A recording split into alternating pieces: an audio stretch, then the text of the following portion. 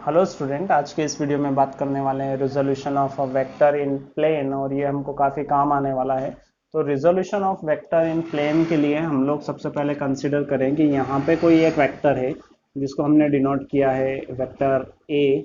अब इसको रिजोल्व करना है। तो रिजोल्यूशन ऑफ वेक्टर जो है वो एक ऐसी प्रोसेस है जो एडिशन ऑफ वेक्टर का रिवर्स होता है। एडिशन में क्या होता है, आपके पास एक वेक्टर है, दूसरा वेक्टर है, आप दोनों को मर्ज कर देते हैं, मतलब ऐड हो जाते हैं और आपको एक वेक्टर मिलता है। दो वेक्टर से कितना वेक्टर मिलता है? एक वेक्टर मिलता है। यहाँ पे क्या होगा कि रिजोल्यूशन में क्या होता है कि एक वेक्टर है हमारे पास और इस वेक्टर से हमको दो वेक्टर मिलेंगे, ठीक है। और दो वेक्टर जो मिलेंगे वो कैसे होंगे? वो म्यूचुअल परपेंडिकुलर होंगे। म्यूचुअल परपेंडिकुलर मतलब यहाँ पे जो इसका ओरिजिन है, इस पार्ट को हम लोग बोलते हैं ओरिजिन, और ये इसका हेड हो गया जिसको मैं रिजल्टेंट कह रहा हूँ, आर कह रहा हूँ, क्यू भी कह सकते हैं, कुछ भी डिनोट कर सकते हैं। आप अपनी बुक में भी देख लीजिए किस टाइप से इसको डिनोट किया हुआ है। अब यहाँ पे ओरिजिन से हमको दो एक्सेस ड्रॉ करनी है इस टाइप से, ठीक है। अब सपोज कि ये वेक्टर इस डायरेक्शन में होता तो हम लोग जो वो म्यूचुअल परपेंडिकुलर एक्सेस ड्रॉ करते। देखिए वेक्टर इस डायरेक्शन में जा रहा है तो म्यूचुअल परपेंडिकुलर एक्सेस भी इसी डायरेक्शन में जाएगी। अगर वेक्टर इस डायरेक्शन में जा रहा है तो म्यूचुअल परपेंडिकुलर एक्सेस इस डायरेक्शन में जाएगी। वेक्टर अगर इस डायरेक्शन में जा रहा है तो म्यूचुअल परपेंडिकुलर एक्सेस इस डायरेक्शन में जाएगी। मतलब अलग अलग क्वाड्रेंट में फिक्स है कि म्यूचुअल परपेंडिकुलर एक्सेस किस टाइप से हमको लेना है। अभी के केस में हम लोग यहाँ पे कंसिडर करें, ये y एक्सिस हो गई, ये जो है ये x एक्सिस हो गई, और अब रिजॉल्व करना है वेक्टर a को। तो इसके लिए हम लोग यहाँ से एक परपेंडिकुलर डालें, ये एक पॉइंट मिला हम लोगों को। यहाँ से एक परपेंडिकुलर ओ वाई एक्सिस पे डालें, यहाँ पे हमको मिला एक वेक्टर, सॉरी पॉइंट, इसके नाम दे रखे हैं p और s। आप चाहें तो कुछ और भी डिनोट कर सकते हैं। अब रिजॉल्व करना है हम लोगों को इस वेक्टर को। तो देखिए इस वेक्टर को रिजॉल्व करने के लिए इस डायरेक्शन में एक यूनिट वेक्टर चाहिएगा हम लोगों को, और हमें पता है कि यूनिट वेक्टर जो होता है वो इक्वल होता है वेक्टर इनटू मैग्नीट्यूड के, ठीक है। यूनिट वेक्टर एक्स एक्सिस में हमेशा हम लोग यूनिट वेक्टर लेते हैं आई कैप। वेक्टर यहाँ पे कौन से वेक्टर की बात कर रहे हैं? ए की, इसलिए ए डिनोट किया। और मैग्नीट्यूड मतलब इस वेक्टर का मैग्नीट्यूड, जिसको सिंपली हम लोग लिख रहे हैं ए, और कौन सी डायरेक्शन में? ये एक्स डायरेक्शन में, इसलिए डिनोट किया एक्स से। तो यहाँ से क्या हो जाएगा? ए एक्स हो जाएगा, और ये हो जाएगा आई ए एक्स, आई कैरेट, इसको क्रॉस मल्टीप्लाई किया। तो जो हमारा इस डायरेक्शन में जो वेक्टर आएगा, इसका कंपोनेंट आएगा, वो क्या कहलाएगा? A X I cap A X. ये भी कह सकते हैं, ये भी कह सकते हैं। इसी तरीके से अगर y डायरेक्शन की बात करेंगे तो x और x जो है यहाँ पे, इनकी जगह पे आ जाएगा y, और y डायरेक्शन में जो यूनिट वेक्टर होता है वो होता है j। आपने पढ़ा होगा अपनी प्रीवियस क्लासेस में या मैथमेटिक्स में, x के लिए i, y डायरेक्शन के लिए j, और k जो z डायरेक्शन होती है उसके लिए यूनिट वेक्टर आता है k, ठीक है। अब हम लोगों को, अगर हम लोग इसका वेक्टर रिजोल्यूशन देखें तो वेक्टर रिजोल्यूशन क्या हो जाएगा? यहाँ पे vector a is equals to, वो होगा i a x plus j a y, ठीक है। इस तरीके से अब हम लोग वैल्यू फाइंड करेंगे ए एक्स की और ए वाई की, और वो वैल्यू हम लोगों को इस डायग्राम से ही फाइंड करना है। देखिए पहले हम लोग ए एक्स की वैल्यू फाइंड करने के लिए इसको इक्वेशन नंबर 1 डिनोट कर देते हैं। इसकी वैल्यू फाइंड करने के लिए हम लोग यहाँ पे ट्राइंगल लेते हैं, in triangle O P R, O P R. तो मैं यहाँ पे इसको स्केच कर लेता हूँ ताकि ज़्यादा बेहतर तरीके से समझा सकूँ। ओ हो गया, आर हो गया, और ये हो गया पी। यहाँ पे हमने कंसिडर किया कि एंगल कितना है? थीटा है, ठीक है। अब थीटा है, एक ये वाली साइड पता है हमको वेक्टर ए है, और ये वाली साइड हमको पता है वेक्टर ए एक्स है। अब देखिए यहाँ पे कौन सी साइड पता है? दो, ये राइट एंगल है तो इसके अपोजिट क्या होता है? हमेशा हाइपोटेनस। ये एंगल है तो इसके अपोजिट क्या होता है? परपेंडिकुलर। और जो बच गई वो साइड क्या कहलाएगी? बेस। मतलब हमको बेस पता है और हमको हाइपोटेनस पता है, तो हम लोग यहाँ पे लिखें बेस ओवर हाइपोटेनस। दिख रहा होगा आप लोगों को। तो ये बेस अपॉन हाइपोटेनस मतलब कौन सा रेशो बनता है? कॉस थीटा बनता है, ठीक है। अब ये जो cos थीटा बन रहा है,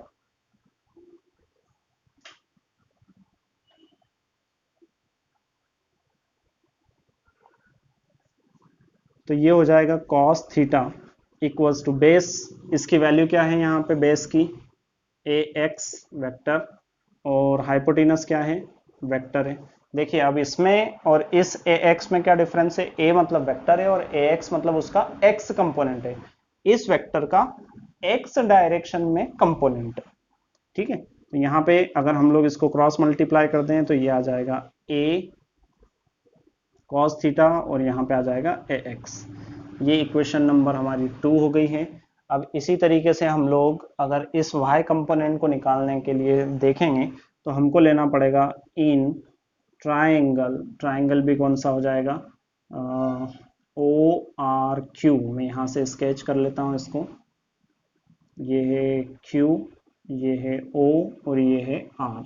इसमें अगर हम लोग देखें तो सबसे पहले एंगल देखना पड़ेगा हमें, है ना, ये राइट एंगल, तो इसके अपोजिट जो साइड है वो क्या हो जाएगी, वो हाइपोटेनस हो जाएगी, और ये क्या है, vector A, this side will represent vector. अब दूसरा हमको ये वाली साइड पता है और ये क्या है, ए वाई, वेक्टर ए वाई। अब देखिए यहाँ पे तो हो गया हाइपोटेनस, अब ये बेस या फिर ये बेस, तो इसके लिए देखिए यहाँ पे इस डायग्राम में ये थीटा है, तो थीटा यहाँ पे जेड वाली प्रॉपर्टी लगेगी, थीटा, तो ये भी क्या आ जाएगा, Z theta. Alternate interior property, angle वाली प्रॉपर्टी यहाँ पे अप्लाई होगी, तो ये थीटा हो गया, तो थीटा एंगल हो गया, एंगल के अपोजिट हमेशा क्या होता है, परपेंडिकुलर होता है। मतलब इस डायग्राम में आपको हाइपोटेनस पता है और परपेंडिकुलर पता है, तो यहाँ पे अगर हम लोग मेंशन करें परपेंडिकुलर अपॉन हाइपोटेनस, तो परपेंडिकुलर और हाइपोटेनस जो रेशो होता है वो क्या होता है, साइन होता है। एंगल क्या है यहाँ पे, थीटा, तो थीटा ले लिया हम लोगों ने, परपेंडिकुलर के प्लेस पे यहाँ पे क्या आ जाएगा, ए वाई आ जाएगा, और हाइपोटेनस में क्या आ जाएगा, वेक्टर ए आ जाएगा। अब इसको अगर हम लोग सिंप्लीफाई करें तो ये इधर क्रॉस मल्टीप्लाई हो जाएगा, तो यहाँ से ए वाई की वैल्यू अगर हम लोग फाइंड करें तो वो हो जाएगी ए साइन थीटा, और इसको इक्वेशन नंबर क्या डिनोट किया हमने, 3 डिनोट किया। अब आपके पास ए एक्स की वैल्यू है, ए वाई की वैल्यू है, ये वैल्यू हम लोग इक्वेशन नंबर 1 में सब्सटीट्यूट कर देते हैं। तो मुझे उम्मीद है कि अभी तक ये वीडियो आप लोगों को बहुत अच्छे से समझ में आया होगा, कोशिश की है मैंने। अगर ऐसा है तो आप इस वीडियो को यहाँ पे लाइक बटन पे प्रेस कर सकते हैं, पसंद नहीं आया तो अनलाइक भी कर दें, कोई प्रॉब्लम नहीं है। सब्सक्राइब क्लिक करें, है ना, पहली बार अगर देख रहे हैं तो बेल आइकन पे क्लिक कर दें ताकि नोटिफिकेशन आप तक पहुंचते रहें। और हमारे दूसरे चैनल भी हैं जो यहाँ पे डिस्प्ले हो रहे हैं, और यहाँ पे कुछ वीडियोस भी आ रहे होंगे, कुछ सजेशन आ रहे होंगे, वो भी देख लें। क्योंकि मैं हमेशा इस चैनल पे और उस चैनल पे दोनों पे अलग अलग वीडियो पब्लिश करता रहता हूँ, एक चैप्टर इस पे लिया, दूसरा उस पे लिया है, क्योंकि काफ़ी बच्चे उधर भी जुड़े हुए हैं मुझसे, तो मुझे सभी तरफ ध्यान रखना पड़ता है। तो आप वहाँ भी सब्सक्राइब कर लें ताकि वहाँ से भी आप लोग सीख सकें, नया चैप्टर हम लोग उसी पे डालेंगे। चलिए, तो यहाँ से अगर हम लोग वेक्टर ए देखें, या फिर यहाँ पे लिख दें फ्रॉम इक्वेशन 1, 2 एंड 3, तो इक्वेशन 1 में वेक्टर ए है, फिर यहाँ पे आई है और ए एक्स है, तो ए एक्स की वैल्यू हम लोग क्या लेके आए हैं, देखें वेक्टर ए, साथ में हमारे पास कॉस थीटा प्लस जे, तो ये जे, और ए वाई, तो ए वाई की वैल्यू यहाँ पे हमारे पास है ए साइन थीटा। तो इस तरीके से ये वेक्टर को हमने रिजॉल्व कर लिया है। देखिए ये रहा हमारा ओरिजिनल वेक्टर, इसको रिजॉल्व किया तो हमें ये एक वेक्टर मिला है और यहाँ पे ये दूसरा वेक्टर मिला है। ये इसे जनरली हम लोग हॉरिजेंटल कंपोनेंट कहते हैं, क्योंकि देखिए इसमें कॉस है, और कॉस की अगर रेशो देखें तो बेस आता है, बेस मीन्स जिसपे हम लोग खड़े रहते हैं उसको ही हम लोग हॉरिजन कहते हैं। यहाँ पे अगर हम लोग देखें तो ये वर्टिकल कंपोनेंट है। वर्टिकल कंपोनेंट मतलब जो हमारी नज़रों से सीधा रहे, जैसे मैं अगर इस डायरेक्शन में देख रहा हूँ तो जो ऐसी कोई वॉल वगैरह अगर होगी तो वो क्या कहलाएगी, वो वर्टिकल कहलाएगी। तो ये वर्टिकल कंपोनेंट को रिप्रेजेंट करता है। और साइन में आप देखते भी हैं, साइन का जो रेशो है वो होता है perpendicular upon hypotenuse. Perpendicular means इस टाइप से। तो ये एक हॉरिजॉन्टल कंपोनेंट हो गया, एक वर्टिकल कंपोनेंट हो गया। अब अगर एंगल हम लोगों को फाइंड करना है तो वो भी फाइंड किया जा सकता है यहाँ से। ये जो दो इक्वेशन हमारे पास आए हैं, एक तो ये वाला इक्वेशन सेकंड और इक्वेशन 3, इन दोनों इक्वेशन को, जैसे एक इक्वेशन है हमारे पास ax equals to a cos theta और दूसरा है ay equals to a sin theta. तो यहाँ से आप चाहें तो इन दोनों का स्क्वायर रूट कर सकते हैं, स्क्वायर करके ऐड कर दें इन दोनों को, तो यहाँ से भी हमारे पास आंसर आ जाएगा कि देखिए ये स्क्वायर होगा, ये स्क्वायर होगा, और यहाँ से a तो कॉमन आ जाएगा स्क्वायर में होके, यहाँ पे बचेगा sine theta square plus cos theta square, और ये बन जाएगा यहाँ पे ax प्लस ए वाई।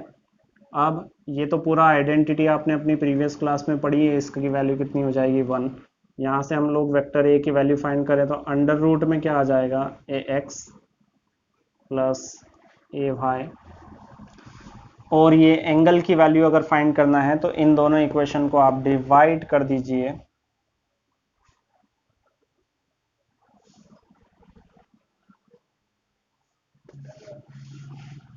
देखिए आपके पास है, इन दोनों इक्वेशन को डिवाइड कर दें अगर हम लोग तो ये बनेगा ax a y is equals to vector a cos theta, sorry sine theta, यहाँ पे वेक्टर ए कॉस थीटा, मतलब इसको एक्स वाई वाला कंपोनेंट ऊपर और एक्स वाला कंपोनेंट नीचे। यहाँ पे ए से ए कैंसिल हो जाएगा, साइन ओवर कोस बनता है टेन थीटा, ये बनेगा ए वाई, ये बनेगा ए एक्स वेक्टर, और यहाँ से हम फाइंड कर सकते हैं थीटा की वैल्यू। थीटा को ट्रांसपोज इस टेन को अगर हम लोग कर दें तो ये हो जाएगा टेन इनवर्स, यहाँ पे आ जाएगा ए वाई ओवर ए एक्स। इस तरीके से हम लोग थीटा की भी वैल्यू फाइंड कर सकते हैं। धन्यवाद।